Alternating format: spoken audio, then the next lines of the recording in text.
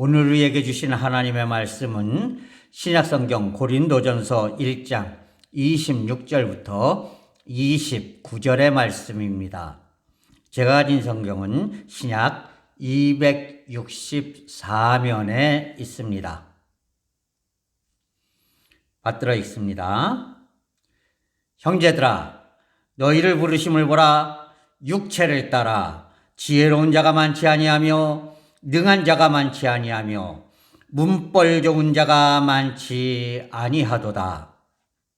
그러나 하나님께서 세상에 미련한 것들을 택하사 지혜 있는 자들을 부끄럽게 하려 하시고 세상에 약한 것들을 택하사 강한 것들을 부끄럽게 하려 하시며 하나님께서 세상에 천한 것들과 멸시받는 것들과 없는 것들을 택하사 있는 것들을 폐하려 하시나니 이는 아무 육체도 하나님 앞에서 자랑하지 못하게 하려 하심이라. 아멘. 세상 속담을 보면 그런 말이 있습니다. 사람은 누구나 제 잘난 맛에 산다. 가끔 가다 보면은요, 어떤 사람들은 제가 보기에는 진짜 별 볼 일 없고 형편없는 사람인데요, 엄청나게 자부심이 강하고 대단한 사람인 것처럼 착각하며 사는 사람들이 있어요. 자, 그런데요, 우리가 깨달아야 할 것은요, 저나 여러분이나 모든 인간은 전부 하잘것없고 보잘것없는 사람들일 뿐이다 라는 사실을 여러분 기억할 수 있기를 바랍니다. 세상에 많은 문제들이 생겨요. 그런데 대부분의 문제들은 어떤 사람들이 일으키느냐? 별 볼 일 없다고 스스로를 생각하고 자신을 이제 낮춰보는 사람들은요, 거의 사고를 안 칩니다. 왜냐하면 자기의 부족함을 알고 있기 때문에 나대지를 않아요. 그런데요, 세상에 문제를 일으키는 사람들은 대부분 자기가 똑똑하다고 생각하는 사람들이 문제를 일으켜요. 사기치는 사람들도요, 보면은요, 스스로 생각하기에 자기 머리가 되게 뛰어나서 다른 사람들을 잘 속여먹을 수 있다고 생각하니까 사기를 치는 거예요.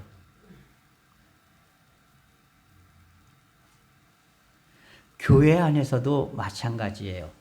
교회 안에 문제를 일으키는 사람들의 대부분은요, 어떤 사람들이냐면 내가 똑똑하다고 생각해서 여전도에도 남전도에도 재직해도 그리고 교회도 내 뜻대로 해야지 돼. 왜? 내가 똑똑하니까. 이렇게 생각하는 사람들이 거의 교회에 문제를 일으켜요. 오히려 나같이 부족한 사람이 뭘 하겠어. 그저 목사님이 시키면, 여전도회가 시키면, 교회가 시키면, 하나님이 시키면 그저 아멘으로 따라야지. 이런 사람들, 스스로 부족하다고 여기고 겸손하게 여기는 사람들은요, 절대로 문제를 안 일으켜요. 거의 대부분 스스로 똑똑하다고 생각하는 사람들이 문제를 일으킵니다. 나라도 마찬가지예요. 여러분, 우리는 흔히 똑똑해서 그 사람을 뽑아준다고 생각합니다. 그런데 우리가 그렇게 생각하고 또 뽑힌 사람들이 스스로 나는 대단한 사람이고 똑똑한 사람이니까 라고 생각하기 때문에 문제가 생기는 거예요. 나같이 부족한 것을, 나같이 연약한 것을 우리 지역 사람들이 나를 뭘 보고 찍었어? 그래, 그저 그들의 그 마음을 내가 담아서 우리 지역 사회를 위해서, 나를 뽑아주신 분들을 위해서, 그리고 나를 뽑진 않았지만 다른 사람들을 뽑으려고 했던 그 사람들을 위해서 똑같이 내가 최선을 다해야지. 이렇게 생각하면서 일하는 일꾼들은요, 절대로 사고를 안 칩니다. 부정부패를 일으키지 않아요. 그리고 그 열심과 그 근면함과 그 정직함을 바탕으로 다른 사람들이 인정해주고 2번, 3번 계속 할 수 있도록 그렇게 만들어주는 것이에요. 그런데 그 초심을 버리고 2번, 3번 하는 거 보니까 내가 똑똑한가 보다? 내 마음대로 해도 되겠어? 이렇게 되는 순간부터 결국에는 타락하고 그리고 오직 자신만 챙기는 정치인들이 되는 거예요.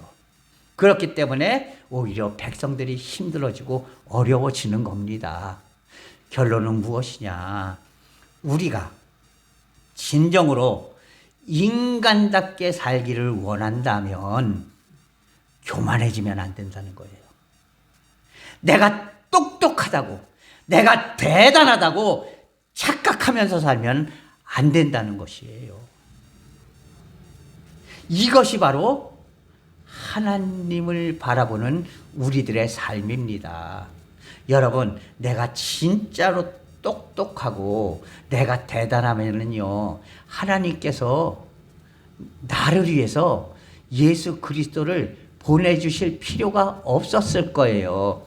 내가 진짜로 현명해서 죄를 짓지 않는 인간이었다면, 아담과 하와가 진짜로 똑똑해서 절대로 죄를 짓지 않았다면 예수님이 이 땅에 내려오실 필요도 없었고, 그리고 인간들이 이렇게 어렵고 힘든 세상을 살아갈 이유도 없었다는 것이에요.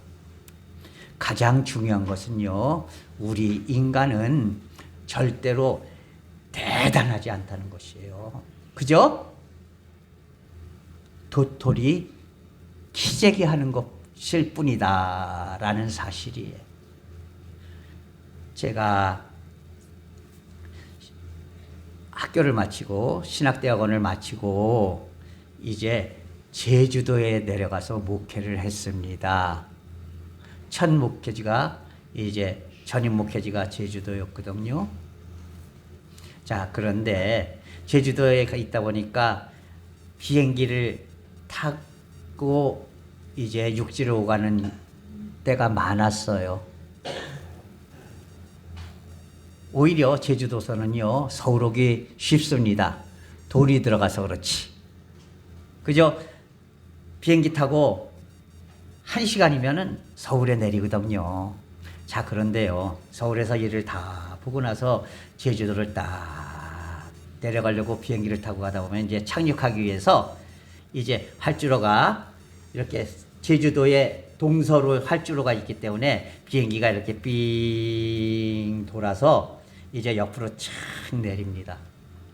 그러면은요, 처음에 비행기가 딱 돌면은 높은 데 있으니까요, 밑에 제주도 지방은 주로 파란색, 하늘색이거나 빨간색에 가까운 주홍색이거든요. 기와를 거의 대부분 지붕을 그렇게 씁니다. 그래서 이렇게 보면은요, 요만한 성냥갑 같이 네모난 파란 점들하고 붉은 점들이요, 바닥에 따닥따닥 붙어 있어요. 사람도요, 잘 안 보입니다. 키껏해야 개미보다도 더 작게 점같이 보여요. 자동차도요, 요만한 조그만한 이제 점이 이렇게 움직이는 것 같아요. 그러다가 착 내려가기 시작하면은 점점 집들이 크게 보입니다. 그리고 착륙할 때쯤 되면 이제 집들이 가까우니까 진짜 집처럼 보이고 사람처럼 보이고 차처럼 보여요. 자, 비행기 위에서 봐도 그 집들이 다 똑같이 점같이 보이는데 하물며 하나님이 우리를 보신다고 한번 생각해 보세요. 진짜 도토리 키재기 아니겠어요? 예? 제주도 말로 고놈이 고놈 아니겠습니까?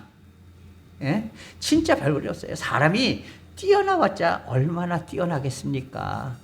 대단해봤자 얼마나 대단하겠습니까?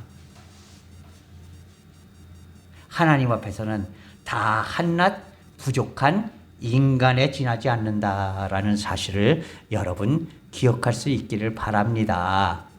제가 왜 이 말씀을 드리느냐. 2024년도를 시작하면서 우리가 2024년도만큼은 교만한 마음을 버리고 내가 대단하다는 착각을 버리고 오직 하나님께 나의 모든 것을 맡기고 나의 이 부족한 모든 모습을 하나님 앞에 맡기고 하나님께서 인도해 주시는 대로 따라 살겠다라는 그런 고백에 기초해서 2024년도를 계획하고 살아나갈 수 있는 그런 성도들이 되기를 바란다는 것입니다.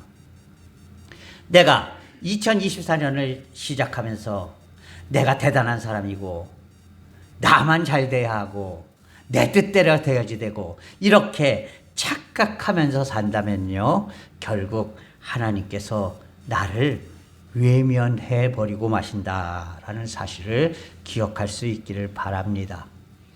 목사가 예배가 끝날 때 하는 그런 축복기도, 축도를 보면은요, 구약의 축도, 신약의 축도가 있어요. 신약의 축도가 바로 고린도전서 마지막 장에 있는 이 담임 목사님들이 예배 끝날 때 하는 축사예요. 축도예요.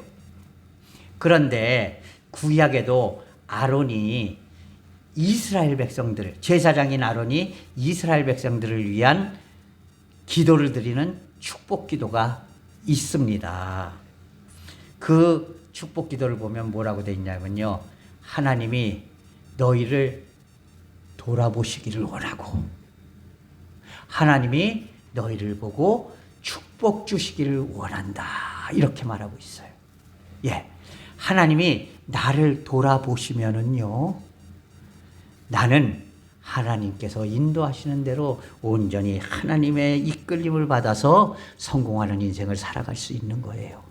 그러나 하나님이 나를 외면하시는 그 순간 우리는 한없이 불쌍한 인생이 될 수밖에 없다는 사실을 여러분 기억할 수 있기를 바랍니다.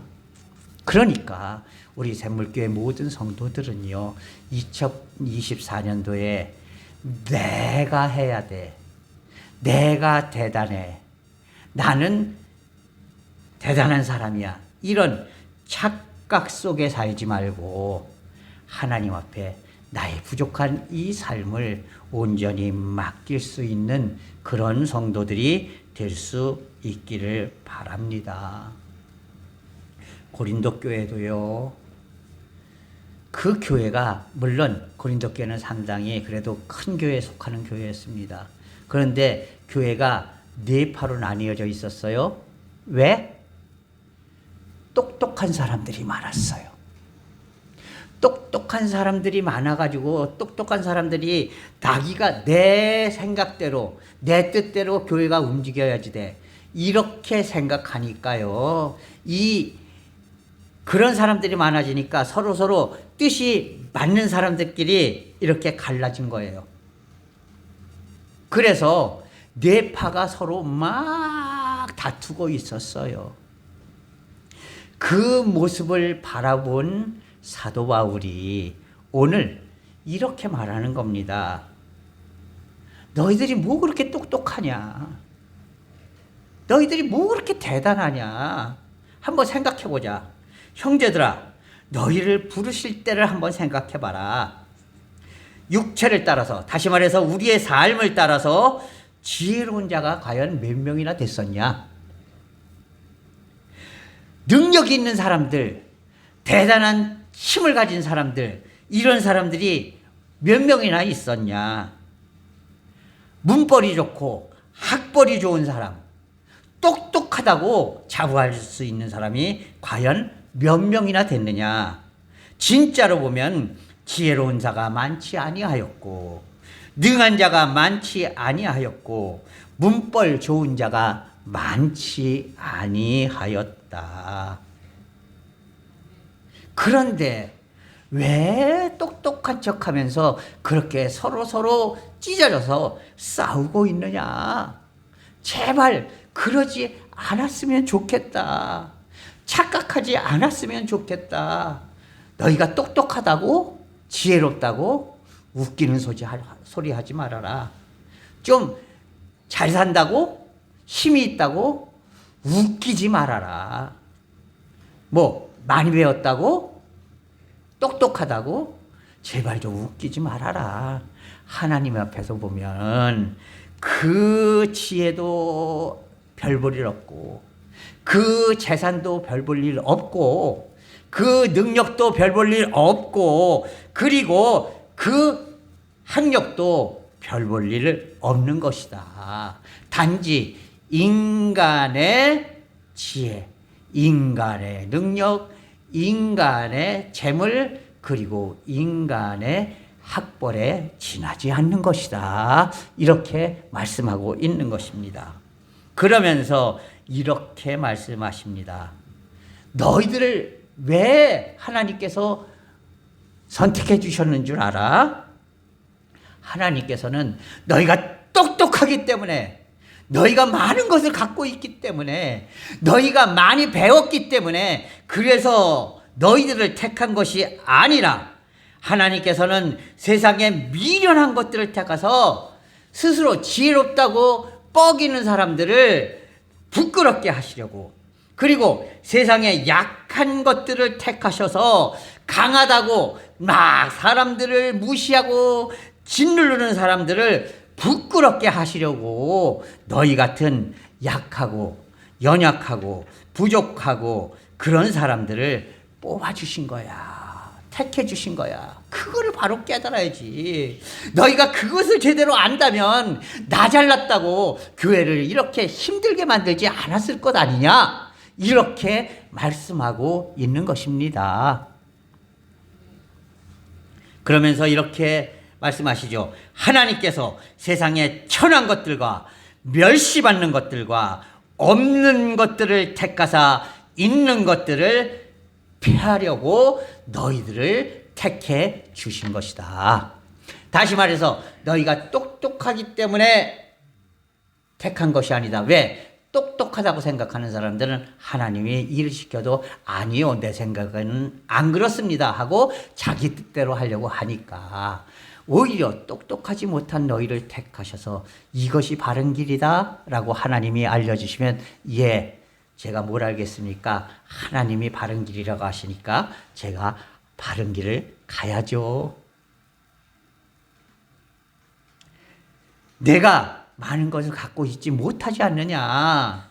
많이 있으면은요, 그것을 의지해서 하나님을 외면하고 자꾸만 딴 길로 가려고 할 것이다. 그러나 내가 부족하고 연약하면 하나님, 오늘 우리에게 일용할 양식을 주옵소서 하는 이 마음으로 하나님께 매달릴 수밖에 없으니 하나님의 은혜와 사랑을 넘치게 받을 수 있지 않겠느냐. 그러니까 오히려 하나님은 있는 것들을 택한 것이 아니라 너희같이 없는 것들을 택한 것이다. 이렇게 너희들처럼 세상에 천한 것들과 멸시받는 것들과 없는 것들을 택해서 오히려 스스로 착각하며 대단하다고 자부하며 사는 사람들을 이제 무시하시고 그들을 쓰러뜨리시고 오히려 그들이 멸시하고 조롱했던 가난한 사람들, 지혜롭지 못하다고 생각하는 사람들, 힘이 없다고 생각하는 사람들, 이런 사람들이 이제 하나님 나라에서 복되고 아름다운 하나님의 은총을 받는 모습을 그들에게 보여주기 위해서 하나님께서는 너희같이 없고 무능력하고 부족한 사람들을 뽑아준 것이다. 택해준 것이다. 이렇게 성경은 말씀하고 있는 것입니다. 왜요? 그것은 인간이 스스로 내가 잘나서 구원받았어 라고 착각하지 못하게 하시기 위해서. 오늘 29절 말씀은 기록합니다. 이는 아무 육체도 하나님 앞에서 자랑하지 못하게 하시기 위해서 하나님은 너희같이 부족하고 연약하고 못배하고 없는 것들을 택해 주신 것이다. 내가 조금 갖고 있다고 그것으로 자랑하고, 남들보다 조금 더 많이 배웠다고 그것으로 자랑하고, 남들보다 능력이 조금 더 많다고 그것으로 자랑하면서 착각하며 살면서 스스로 자랑하는 그런 자들이 되지 않고, 그저 나같이 무능한 것, 나같이 부족한 것, 나같이 없는 것, 나같이 형편없는 존재를 하나님께서 택해 주셨군요. 이것이 하나님의 은혜가 아니고 무엇이겠습니까? 그러니까 저는 하나님을 의지할 수밖에 없습니다. 하나님을 따를 수밖에 없습니다. 하나님을 붙잡을 수밖에 없습니다. 그러니까 하나님, 나를 하나님의 품으로 꼭 안아주시고 절대로 넘어지지 않게 해주세요. 이렇게 고백할 수 있는 사람은 하나님 앞에서 자랑할 수 있는 자가 아니라 하나님 앞에서 절대 자랑할 수 없는 사람이기 때문에, 하나님은 인간, 그 중에서도 부족하고 연약하고 못 배우고 힘없는 천한 너희들을 택해 주신 것이다 라고 말씀하고 있는 것이에요. 사랑하는 성도들, 우리 2024년도에는요 착각하지 말고 삽시다.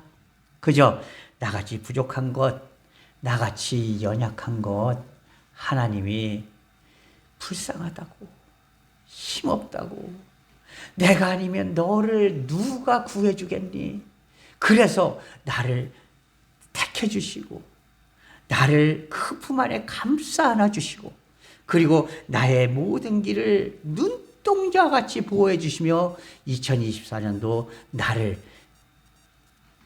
올해가 끝날 때까지 반드시 그 능력의 손으로 붙잡아 주시고 인도해 주시리라는 확신을 가지고 그렇게 주님만 의지하며 살아갈 수 있는 그런 성도들이 될 수 있기를 바랍니다. 이것이 바로 2024년도 우리가 살아나갈 그 기초가 되는 것이에요. 이 기초 위에 우리가 든든한 나의 집을, 믿음의 집을 세울 때에 하나님께서 그 나의 믿음의 집을 바라보시고 나에게 잘했다, 착하고 충성된 종아, 내가 작은 일에 충성하였으니 너에게 큰 것으로 베풀어 주리라. 하나님께서 나에게 말씀해 주실 것입니다. 이것을 기억하고 진정 내가 나같이 부족한 것, 나같이 연약한 것, 나같이 형편없는 것, 주님께서 불러주신 그 은혜와 사랑을 기억하면서 작은 능력, 별 볼 일 없는 것 가지고 의시되고 뻐기면서 교만하게 착각하며 살아가지 않는 그런 믿음의 성도들이 될 수 있기를 주님의 이름으로 부탁을 드립니다. 기도하겠습니다. 오 사랑의 하나님 아버지, 하나님의 은혜와 사랑을 이 시간 감사합니다. 아버지, 하나님은 내가 잘났기 때문에, 내가 대단하기 때문에 나를 선택해 주신 것이 아니라 내가 부족하고 연약하고 형편없는 존재이기 때문에, 그렇기 때문에 나를 더욱더 간절히 붙잡아 주시고 인도해 주시고 선택해 주셨음을 압니다. 아버지, 그것을 바로 깨닫고 이제 오직 하나님의 은혜만을 바라보며 살아갈 수 있는 그런 믿음의 성도들이 될 수 있도록 인도하여 주시옵소서. 예수 그리스도의 이름으로 감사하며 기도하옵나이다. 아멘.